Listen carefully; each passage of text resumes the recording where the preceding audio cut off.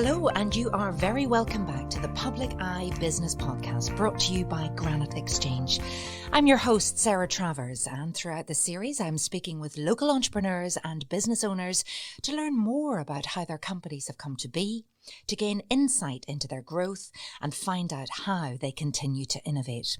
So wherever you get your podcasts from, remember to keep an eye out for all new episodes and subscribe to stay up to date. Today, I'm joined by Dermot Friel, Managing Director of Friels Bar and Restaurant, also one of the leads on the Lochanshalin Tourism Cluster. Dermot, you're welcome to the podcast. Did I say that correctly? Yes, you did, Sarah. Morning. Morning. How are you? I'm great, thanks. Before we begin, I'm going to give a little bit of background on Dermot, on Friels Bar and Restaurant and Lochanshalin Tourism Cluster. So Dermot is the current owner of Friels Bar and Restaurant, a fifth-generation, family-run, award-winning Irish bar and restaurant, nestled in the heart of the South Derry countryside, in the picturesque village of Swatra. It's on the A29, isn't that right? Yes, that's correct. So the longest road in Ireland, you tell me? Well, the north anyway. In the north, right, okay. From Newry to Coleraine, yeah. So if you picture that road, if you're ever passing through, you'll just see it. If you're coming from the south, it'll be on the right-hand side, and if you're heading the other direction, on the left. So the business was actually established in 1835 as a doctor's surgery and used then as a soup kitchen during the famine, so great history. Friels is also a firm favourite for quality food and entertainment in the Mid-Ulster area, and they've recently added on a motorhome park to extend visitors' stay in the area.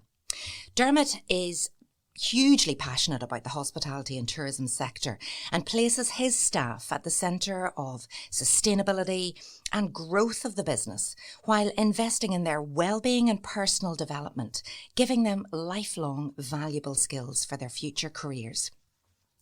As we said, Friels takes a lead role in the local Mid-Ulster Tourism Cluster and also represents rural pubs on the board of Hospitality Ulster.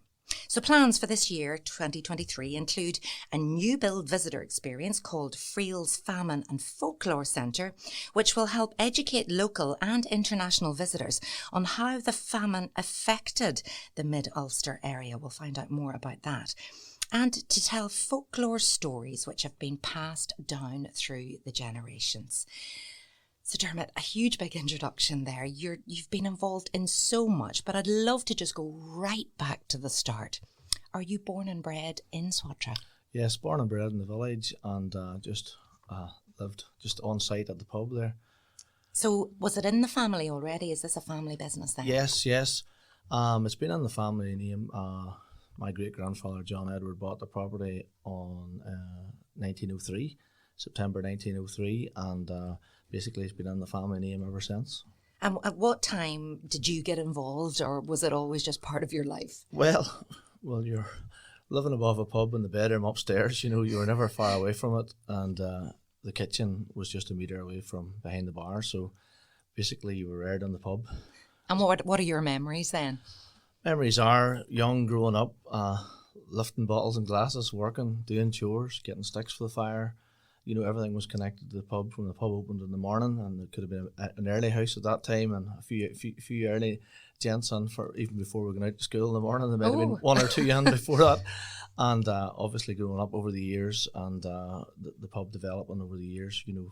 Going from open 6 days a week, used to be closed to Sunday, and then open 7 days a week, and basically just growing up and working behind the bar and learning to serve customers and meeting people and learning the ropes, doing your bit. It was kind of in the DNA. And at what time did it become apparent that you were going to take this on, or did you just know that was going to happen? Well, being an only boy, it sort of I sort of knew the pub maybe was destined to be not getting too far away from it. But growing up, my aunt had a hotel there in Garva, the Imperial Hotel, so it's summertime, so I would have went down there and worked there and seen another side of the hospitality sector. And I went on to work when I was 17 in the hotel in Toonbridge in O'Neill Arms. Worked there for the McConvilles, for Kathleen and Chris. And Gus, who now runs the Tully Glass in Ballymena. Gus was a wee tinker behind the bar at that time. He was only maybe 7 or 8, and he's went on to great things in the Tullyglass there in Ballymena and runs a fabulous place. So it was a great schooling for me with the McConvilles. So my stepfather then took on well when I was 18. So Mum asked me to come back home and run the family business. And what was that like? Well, it was a bit daunting. Now I had other plans to head off and maybe for the States for the summer and things like that with friends. But look,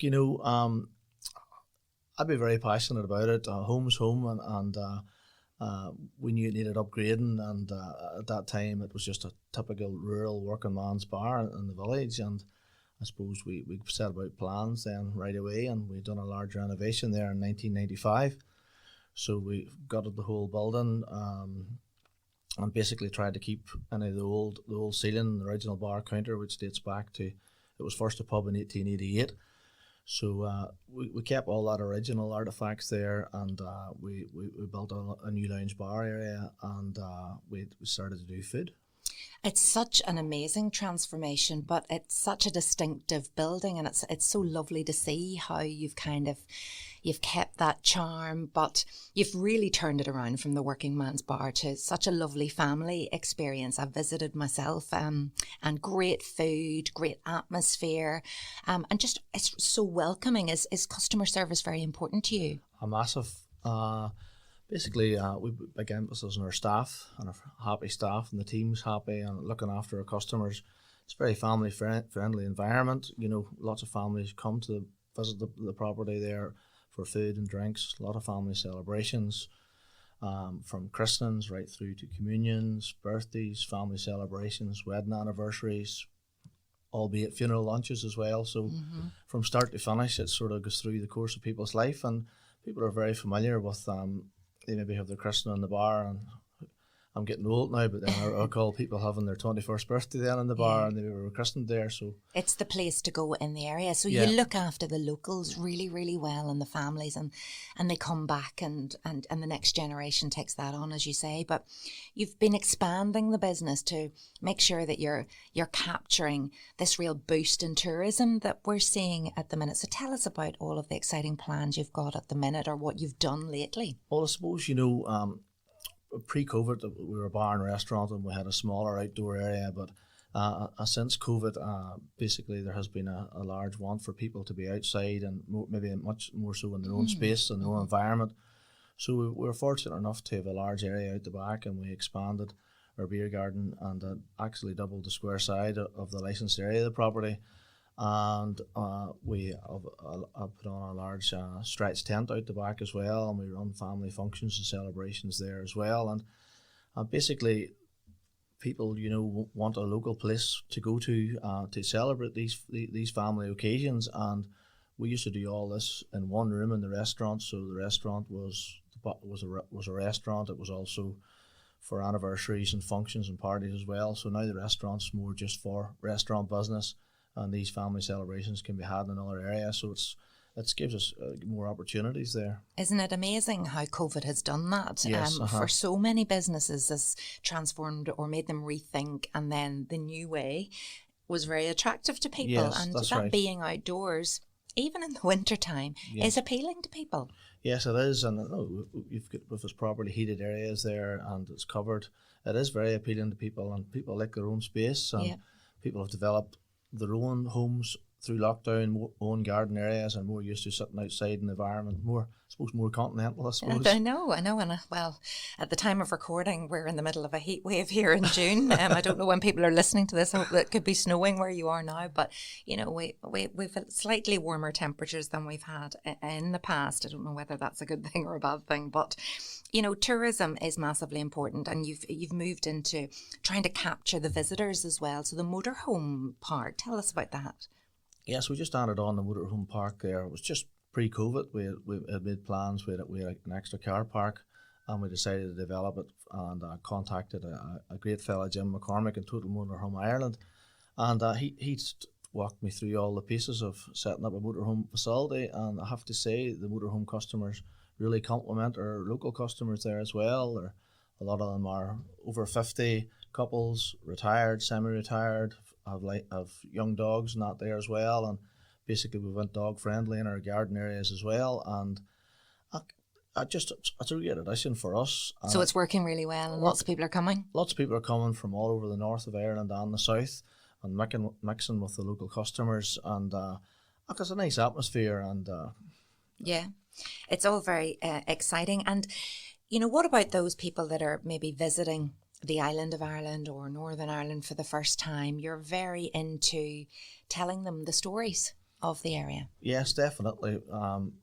Friels actually takes the lead in the local Loch and Shillin tourism cluster, and through work with the local council, with Mary McGee, we helped to develop our product there at Friels, layering up all our tourism offerings. The council was a great support, and also we done that through Invest NI as well. Invest NI provided us with vouchers so we could research the property.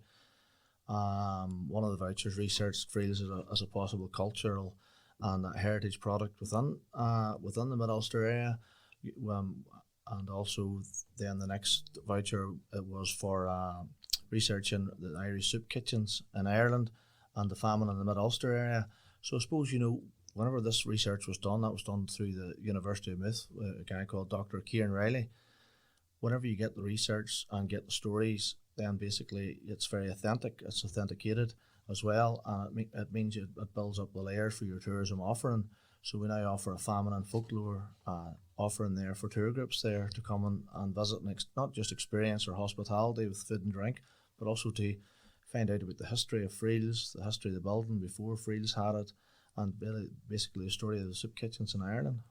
So the fact that, it was used as a soup kitchen during the famine, what stories have you found from that time? Well, we actually found the local famine stories have come out there. There was a family there from McGilligan, which is about 12 miles from Swatra, of the name of Alison. And basically the landlord come to visit them, and basically the man of the house wasn't there, and the woman of the house provided some food for the landlord and used her family heirloom cutlery. And the landlord seen the silver cutlery, and he doubled the rent. The father came home in the house, and basically he wasn't having this at all, and they couldn't afford it, and so they emigrated and got the boat from Derry City, and they emigrated to Saxville in New Brunswick in Canada. And that family name actually done very well for themselves, the Allison family.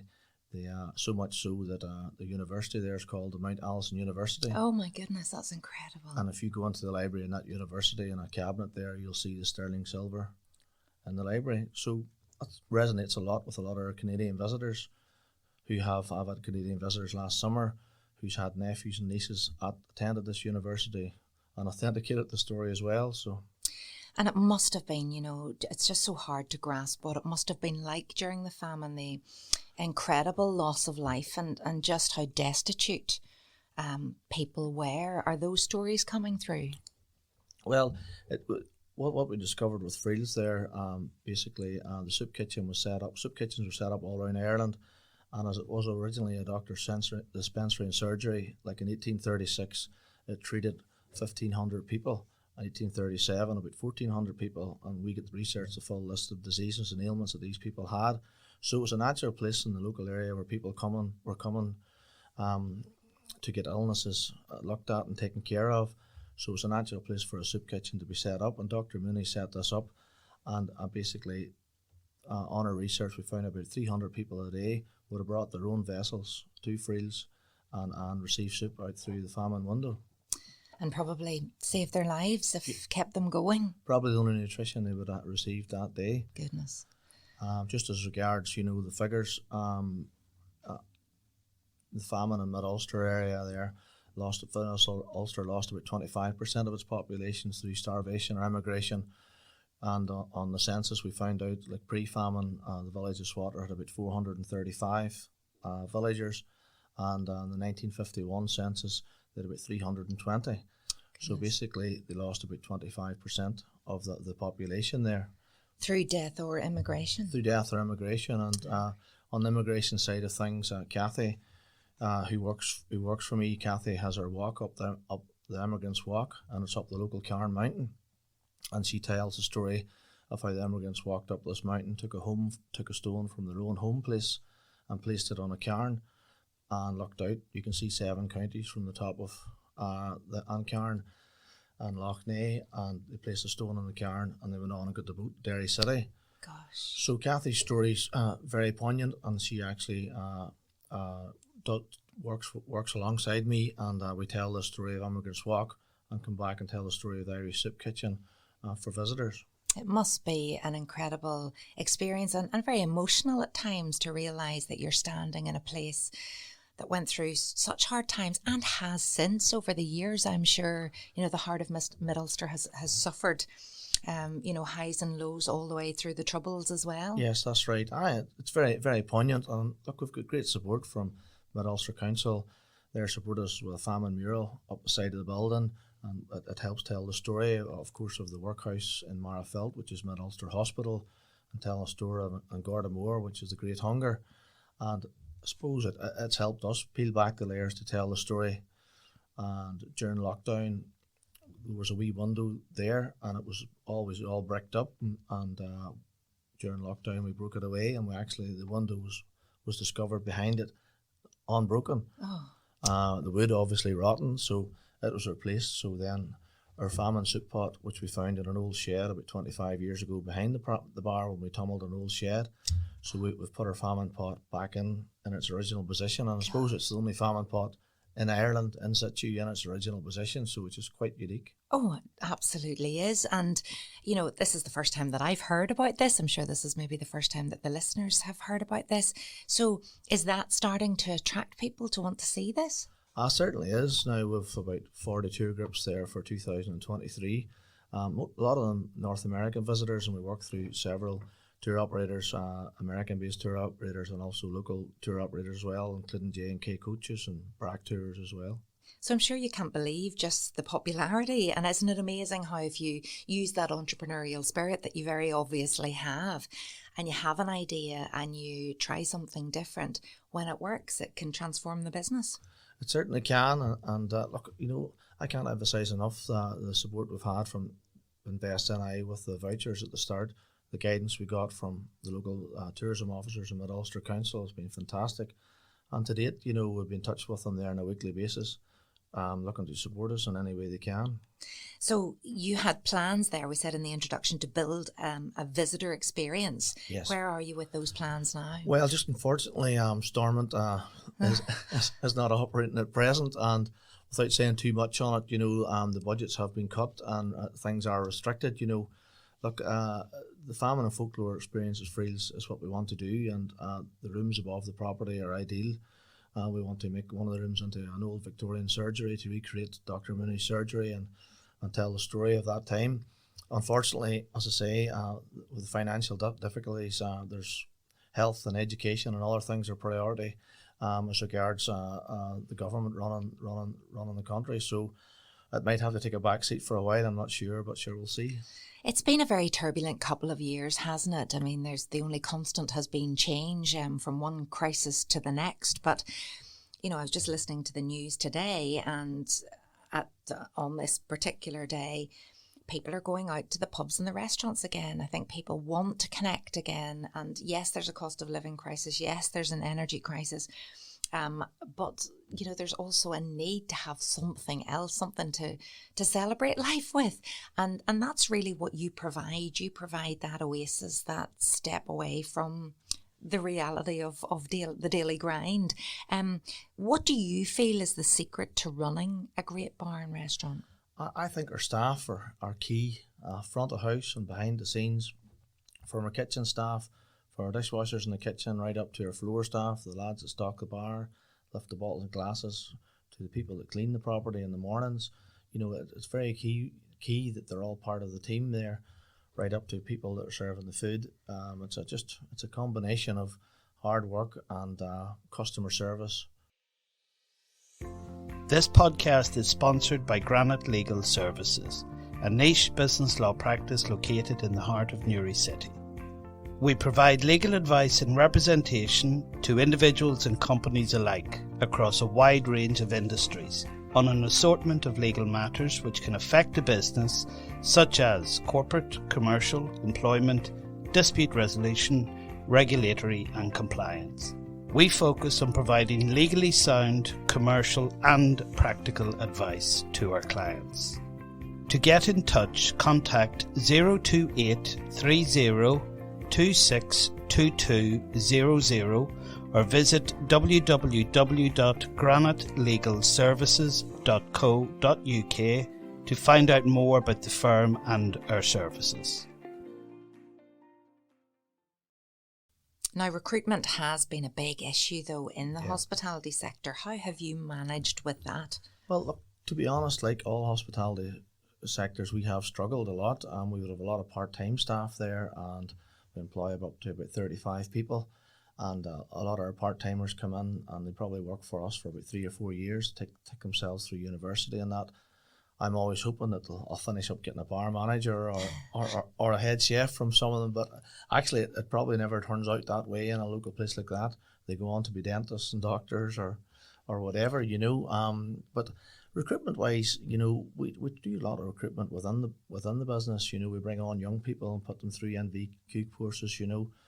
We have a girl there come in there and she come from a marketing background, you know, with a business, and she's helped with her social media as well. And how much do you think that's helped? Because it's really crucial to a business succeeding these days.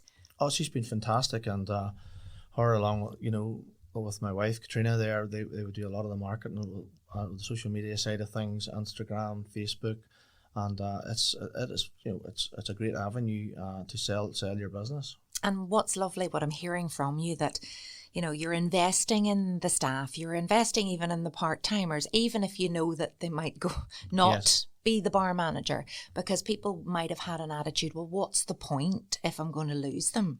But that's not what I'm hearing from you. No, you have to invest in the staff, and look, you know, there's many a day you're a shoulder to cry on as well. But look, you know, it's important that they're happy in their workplace environment, and yes, we have struggles with that as well. But I think it's important, you know, to try and keep staff morale up. You know, we're currently open 5 days a week. I would love to be open 7 days a week, but currently, as regards the kitchen staff side of things, is a struggle at times to get the proper kitchen team there in place to be capable to be open 7 days a week. So we do 5 and we do 5 days well. So hopefully coming into the summer we'll return to a 7 day a week operation. And do you tend to employ people in the local vicinity, or are they coming from further afield? Are you having to recruit further afield? Mostly local, you know, we are looking further afield as well, but mostly local, within maybe 30 to 40 minutes drive from Friels as most of our staff base. But why would you say it's a good place to work? Well, I would say we're very good employers. I would say myself and Katrina, my wife, runs the restaurant side of things, and she's been there 20 years. And we're very family based. We care about our staff, and basically we try to do things in downtime, do things with our staff outside of work as well, and encourage them to, you know, grow their careers within Friels. So it is a family business. I'm just wondering, where do you think the next generation will be in taking this on? Well, our oldest boy, James, is doing international hospitality management in college in Fermanagh. So he's 19, so he seems to be thinking about taking it on. He's on the right path. He's on the right path. Second lad, Charlie, works in the bar and serves in the restaurant as well. Other couple of girls there who are first and second year at school, they're now in helping with desserts as well. So. And how many kids do you have? With 7. What? So now, how do you make that work? Well, I don't know now. It's a lot of that's down to Katrina now, I have to say now. Yeah, she works very hard, both family and at Friels now. And you don't live above the bar still, do you? No, we do not. No, we just live in the house beside it. And a few motorhomes.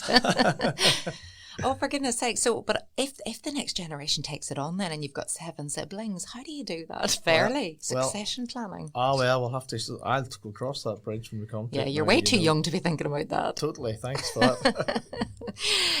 Yeah, so it's great that it's obviously in the blood, and it is going to continue, because a lot of places they find they get to this stage and there isn't anybody looking to take the business on further.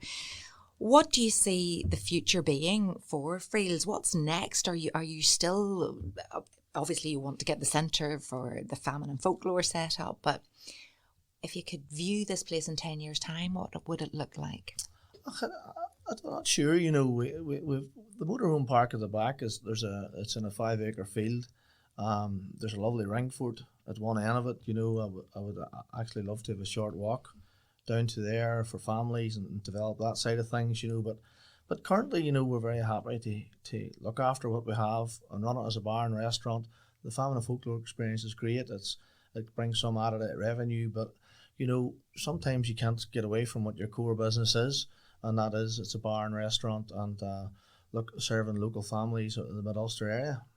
You've won quite a few awards over the years. Do you want to tell us about those? Yeah, we're fortunate enough over the years, you know, and we attended a few award ceremonies, and we realised that actually we do a lot of these things very well. That all our award winners were winning. So basically, we won Neighbourhood Pub of the Year in 2009. You know, we do a lot of charity work. At that time, we run a lot of charity functions and local fundraising as well.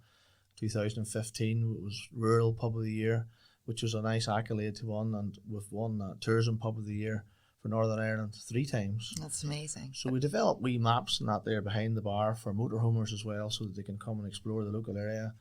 We collaborate a lot with involved with the Lough-in-Shillin cluster. We collaborate a lot with the other tourism businesses there, with Jamesy and the Glen Shane there. He's a Sheepdog Experience, Brona at the Bakehouse, and I start naming them out now and I forget someone. Oh, no. But we collaborate well, you know, with Walsh's Hotel and that as well. And basically it's to bring people to the area, look after them, and basically have longer dwell time in the Mid-Ulster area. I know Mid-Ulster's probably that hidden gem that's, you know, we know the big obvious places that people flock to, maybe the Belfast, the Derry, the Causeway Coast.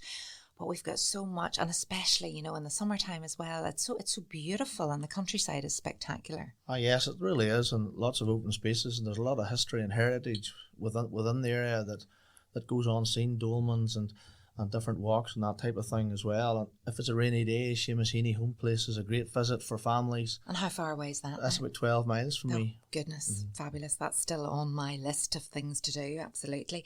So the food offering as well, you're very passionate about your produce. What can people expect if they pop in for a bite to eat?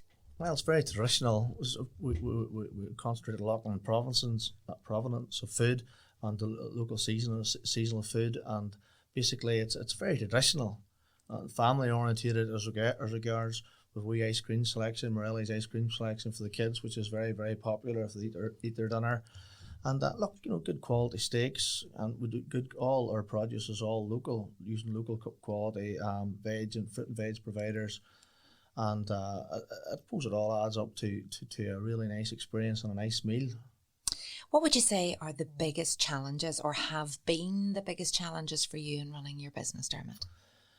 Well, I suppose COVID was a huge challenge for us. Not that I didn't enjoy the time off, it was great, but the challenging time was with COVID come back in and that there, and basically people not been out, and you know, we were very, very busy when we reopened, you know, with people coming in, you know, that it hadn't been out for 6 or 8 months or possibly a year. And the challenging of going through the regulations, you know, but we had great guidance from Hospitality Ulster, basically, and with flow training and that there as well.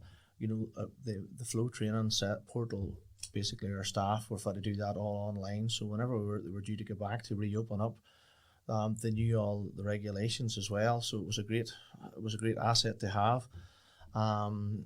And Hospitality Ulster is a great support network there for any of them, you know, challenges like that. And you're very involved. I was sitting on the board of Hospitality Ulster, and look, all our challenges obviously would be energy prices and costs of running the business, and which and the food costs. Food costs are soaring as well, and look, it is. And do you pass that on to the customer then? Well, there's only so much you can pass on to the customer. You know, the margins wouldn't be what they would have been pre-COVID, and them challenges are there, and they're not easy, but we try and make up for it with really good customer service and a really nice experience. And look, you know, we're very much hands-on owners, so, you know, if you come and have a visit to Friels, you know, you're more than likely to see one of the family there, and basically be looked after by our staff, and they go the extra mile to give people a nice experience. You mentioned there in COVID, yes, it was a challenge, but it was nice to have the time off. I was wondering, how do you manage to take any time off now? Because the hospitality industry and the nature of running a pub, I mean, they're long hours. Look, it is challenging, and I suppose we're closed a couple of days through the week now, but you'll generally maybe get me in the office them days, to be honest. But look, it is, but I suppose I'll be very passionate about what we do. And do you like being busy? I would say I do, and I like being busy, but I suppose it's fine in the family life, it's fine in the work life. Balance is important, And so what do you do to kick back and relax? What do you like to do? Well, I would coach the local club. Michael David Swatter would coach their under 17 hurlers. So I've always been involved in underage coaching and the hurling side of things, and I find it great. I enjoyed seeing young lads improve and go on to bigger and better things, and I really enjoy that there. I'm just going to close with a final question, Dermot, and we ask this to every single guest that sits where you are now. It's about the purpose of this podcast, which is to inspire existing business owners and ambitious entrepreneurs to grow their business by offering an insight into the success of businesses such as yours, such as Friels Bar and Restaurant. So what advice would you give to people who may have a business idea but have no idea where to begin or are unsure as to whether the risk is worth taking? Well, I would say do the research and have it well researched, and contact local council. The local council is fantastic there for support. Actually, local councillors, I've rang local councillors and got guidance. They put me to the right team within the council area, and basically I was handed on to Invest NI for a couple of different innovation vouchers, as I alluded to earlier. The support network is out there, and if you do enough research and have your homework done, basically then you'll be very quick to ascertain whether it's worth a risk or not. But always ask for help and ask for questions and advice. Yes, definitely. What's been the highlight of your career so far? I don't know. That's a very difficult question. Look, I suppose, having lost my father at a young age, I was 10 months, when he passed away, and he originally worked in the bars in London and then came back to run Friels, and he started up one of the first lounge areas in the late 60s, and people came from far away as Coleraine, Coch, Ballymena to Friels just for live music. And I just suppose, wondering what he would think of how things developed and over the years, and I suppose, he was a very young man when he was 38 when he passed away. So goodness. I suppose that's it, and every family in life gets their own cross to bear, as they say. But I suppose, the greatest achievement I probably think of my own family, and I'm very lucky to have a large family and a good wife, Katrina, to help me along with everything, And did you have older siblings as well? I had older sisters, Laura and Siobhan. They both still live in the village there as well, and they used to work in the bar a lot as well. So. And what about your mum? Unfortunately, my mum passed away there about 18 months ago. Oh. So on all the research, we done at Friels. She actually was the longest serving publican at Friels. So she arrived at the bar in 1963, and she passed away there in 2021.